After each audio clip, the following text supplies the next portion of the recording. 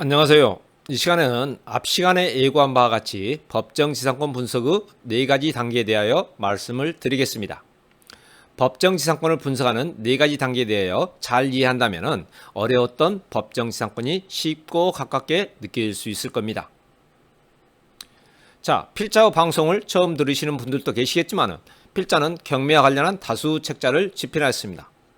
최근에는 경매의 블루칩이라고 하는 맹지와 법정지상권, 공유지분 경매에 대하여 독자들이 편하고 쉽게 다가갈 수 있도록 만화책으로 출판을 하였습니다.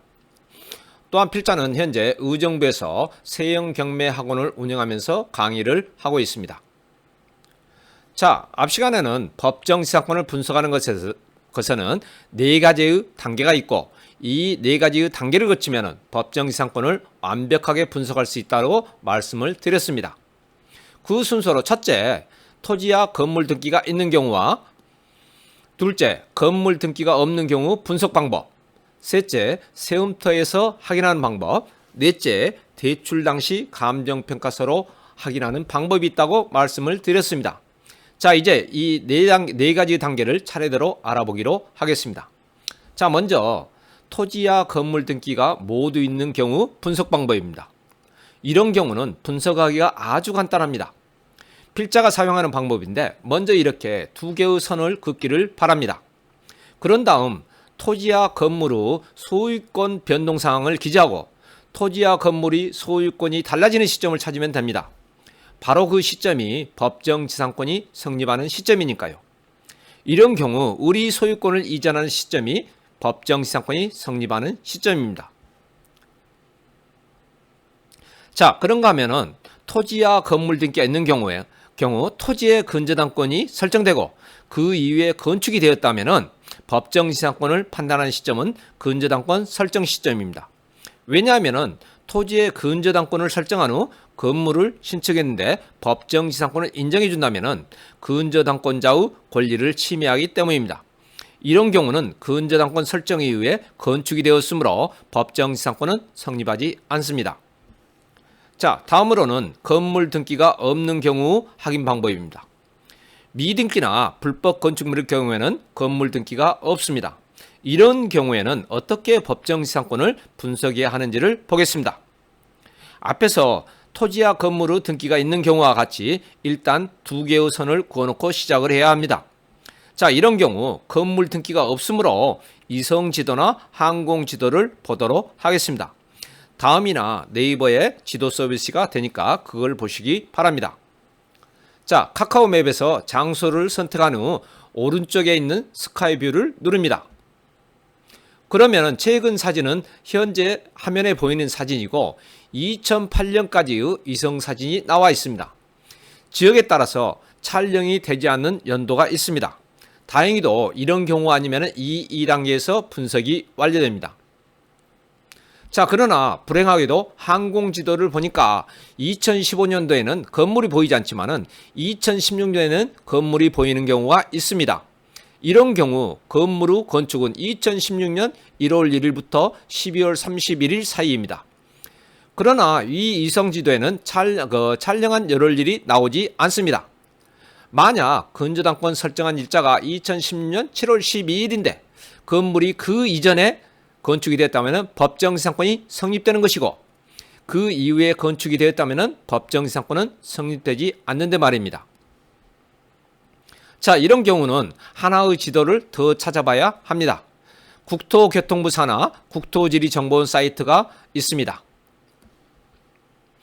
이곳에 접속하여 오른쪽에 있는 국토정보 플랫폼을 클릭하면 이런 화면이 나옵니다.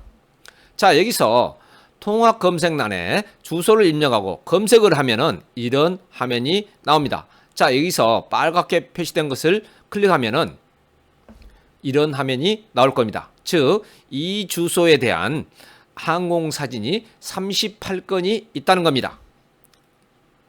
자, 여기서 항공사진을 클릭하니까 이렇게 1954년부터 2009년까지의 항공사진이 있다는 것이 나오고 2009년도에는 4건의 항공사진을 촬영했다는 내용이 나옵니다.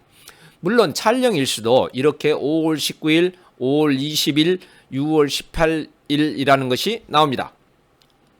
자, 여기에서 2006년도 6월 14일에 촬영한 내용을 클릭해 보겠습니다. 자, 이런 내용이 보입니다. 자, 화면을 확대하면 이렇게 건축물이 있다는 것을 볼 수가 있습니다. 그러므로 이 지도를 보면 2006년 6월 14일 촬영할 당시 건축물이 있다는 겁니다. 자, 다른 경우 화면을 보면은 이렇게 오른쪽에 촬영한 연월일이 나옵니다. 자, 이렇게 해서 분석이 완료되는 경우면 좋겠지만은 그렇지 않은 경우, 즉 촬영을 하지 않은 지역이라면 여기에서는 분석이 완료되지 않습니다. 자, 그런 경우에는 이제 세움터에서 확인을 해야 합니다. 세움터는 건축행정 시스템 사이트로 인터넷으로 건축 인허가 신청을 하고 공무원들은 건축행정 업무 전반을 전자적으로 처리하는 국가표준 정보 시스템입니다. 자, 여기서 회원가입을 하고 로그인을 하면은 이런 화면이 나옵니다. 자, 여기에서 경기도 의정부시에 있는 곳을 확인하려면 오른쪽 지도에서 경기도를 클릭합니다. 자, 그러면은 경기도 전체 시군이 보이고 여기서 의정부시를 클릭하면 되겠습니다. 자, 그러면은 이런 화면이 나오고 확인을 클릭하면은 이런 화면이 나오는데 여기서 오른쪽 허가신고 현황 조회를 클릭을 합니다. 자, 그럼 이런 화면이 나올 겁니다. 여기서 조사하려는 연도와 주소 등을 기입하고 조회하기를 클릭해 보겠습니다. 자, 여기서는 2004년도 경기도 의정부시 금호동의 건축허가 신고 현황 조회를 보겠습니다. 그럼 이렇게 데이터 로딩 중이라는 것이 나옵니다. 자, 이제 조금만 기다리시면 이렇게 2004년도 경기도 의정부시 금호동에서 건축허가 신청한 내용이 나옵니다. 그럼 이제 아래의 엑셀 다운로드를 클릭하면은 이렇게 허가신고 현황이 나옵니다. 여기에는 허가신고일과 건축면적, 착공 예정일 등의 정확한 날짜가 나옵니다. 그럼 여기에서 건물의 신축 연도를 판단할 수가 있으니까 법정지상권 성립 유무를 판단할 수가 있습니다. 그렇지만은 이렇게 3단계까지 했지만은 분석이 안 되는 경우가 있습니다. 그럼 이제 마지막 네 번째 단계입니다. 그 모든 경매 물건은 대출할 당시 감정평가서가 있을 겁니다.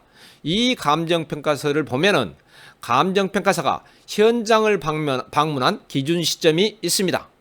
또한 감정평가서에서는 감정평가사가 이 물건 현장을 방문할 당시의 현황 등이 설명이 되어 있을 겁니다.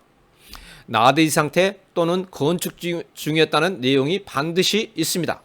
그러므로 이런 내용을 가지고 법정지상권을 완벽하게 분석이 가능합니다. 그렇지만 이 감정평가서를 볼 수가 없는 것이 문제입니다. 채권자인 은행에서는 가지고 있지만 보여줄 리가 없습니다. 그러나 이를 열람하는 방법이 있는데 여기서 공개하는 것은 부적절합니다. 필자가 공개 강의를 할 기회가 있다면 알려드리겠습니다. 자, 다음 시간에는 법정지상권의 실전 사례를 몇 건 보면서 설명하는 시간을 갖겠습니다. 물건을 보면서 분석을 할 수 있어야 법정지상권을 정복했다고 할 수 있기 때문입니다.